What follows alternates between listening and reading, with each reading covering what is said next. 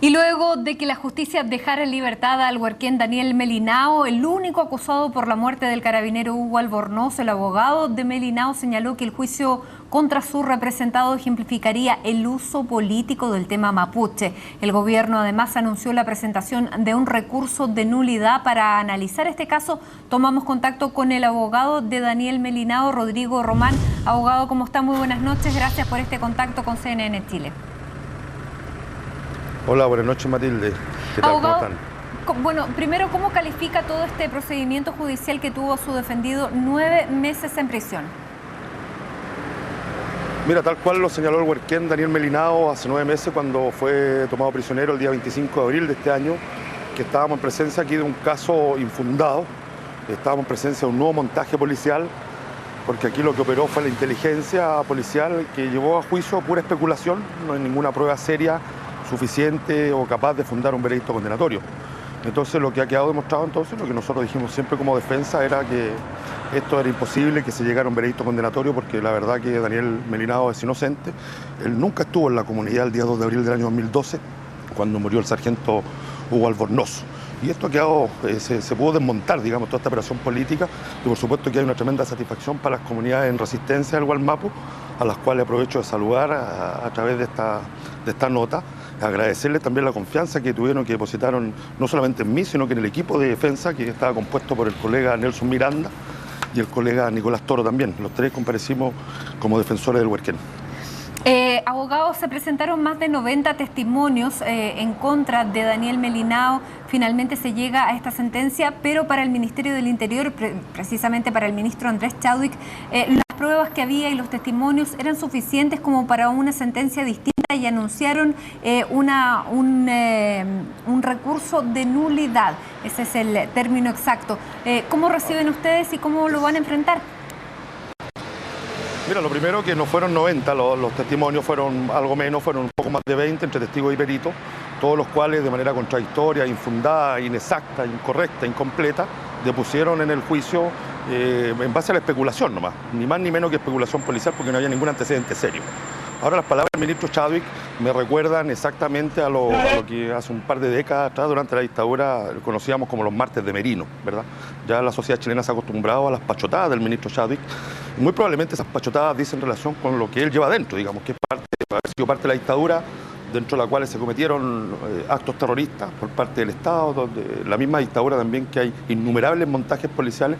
Entonces la verdad que él se extrañe de aquello resulta la verdad poco creíble, poco serio, y él por supuesto quiere enlodar el triunfo jurídico que se ha tenido vinculándolo con otros casos, pero un intento desesperado de querer dar respuesta a la falta de profesionalismo de las policías por un lado y por otro lado a la forma como se ha instrumentalizado políticamente el Ministerio Público, esta vez en el Gualmapu. ¿Y cómo van a enfrentar este recurso de nulidad que se va a presentar, abogado? Mira, a ese respecto entonces es importante señalar a la audiencia que nos escuchan ahora que las expresiones del ministro Chadwick no son más que populismo penal, porque el gobierno de Chile, el Ministerio del Interior no es interviniente, razón por la cual ellos no tienen la titularidad, no tienen la legitimidad activa para interponer ningún recurso. No obstante que la Intendencia de la región de la Araucanía son querellantes, ellos pudieran intentar el recurso de nulidad y muy probablemente lo van a hacer, como también lo va muy probablemente a hacer el Ministerio Público, porque en cualquier juicio, frente a un veredicto condenatorio absolutorio, los intervinientes tienen derecho a alzarse en contra de una sentencia y presentar los recursos de nulidad.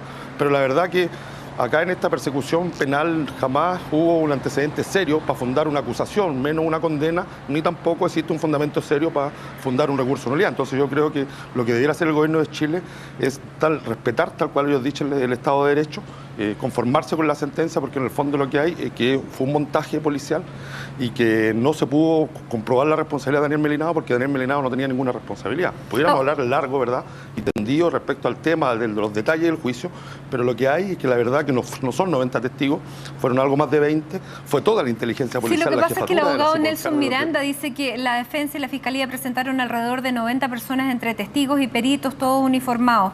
Ese es el antecedente que tengo de las 90 personas.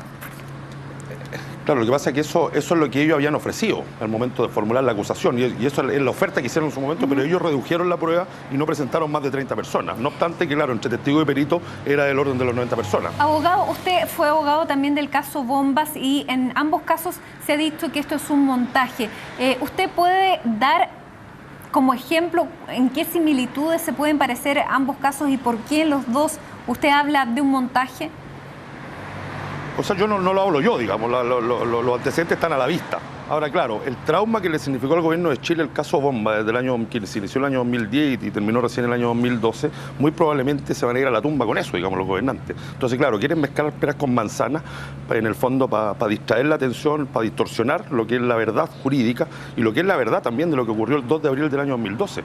En el juicio pudimos escuchar, y ustedes lo podrán escuchar porque son antecedentes públicos, ni más ni menos que especulación policial. Desfiló la inteligencia policial, tanto de la Policía Carabinero como de la PDI, señalando pura desinteligencia en el fondo, puros testimonios contradictorios, puros testimonios incompletos, y en el fondo no pudieron fundar su acusación porque estaba fundado en hechos falsos. Daniel Melinao nunca estuvo en la comunidad de Huantelulmapu el 2 de abril del año 2012, cuando se constituyeron en dicho lugar más de 100 efectivos policiales para realizar una orden de entrada, para ejecutar una orden de entrada y registro, y en ese contexto que resulta lesionado el carabinero Albornoz. Pero fíjate que hay un dato que es importante, que yo creo que por ahora podemos destacar, un solo dato, que dice relación que la lesión al que se le produce al sargento Albornoz, que finalmente muere más tarde, se produce a las 10:53 de la mañana.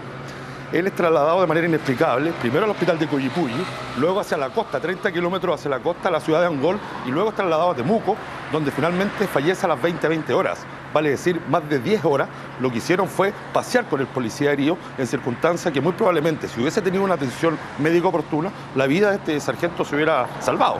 Entonces no le pueden endosar la responsabilidad ni a Daniel ni a nadie, porque nosotros sostenemos que a este respecto hubo falta de cuidado y falta de diligencia de parte de la policía. Se escudan en que no tenían helicóptero, pero eso es una falacia, porque basta ir al Gualmapu, ir a la comuna de Ercilla para darse cuenta que en la localidad de Pidima especialmente se ha instalado una verdadera base militar, que es una base policial, donde otras cosas uno puede observar todos los días estacionado un helicóptero de carabineros. Entonces ellos dicen que no tenían helicóptero para trasladarlo.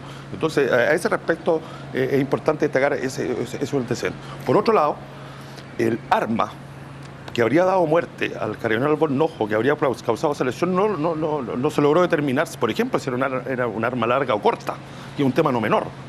No se sabe de qué tipo de arma. Lo que sí se sabe, y en el juicio quedó demostrado, en que muy probablemente la bala pudiese haber provenido de uno de los revólveres de propiedad de uno de los policías, particularmente el del carabinero Rebolledo.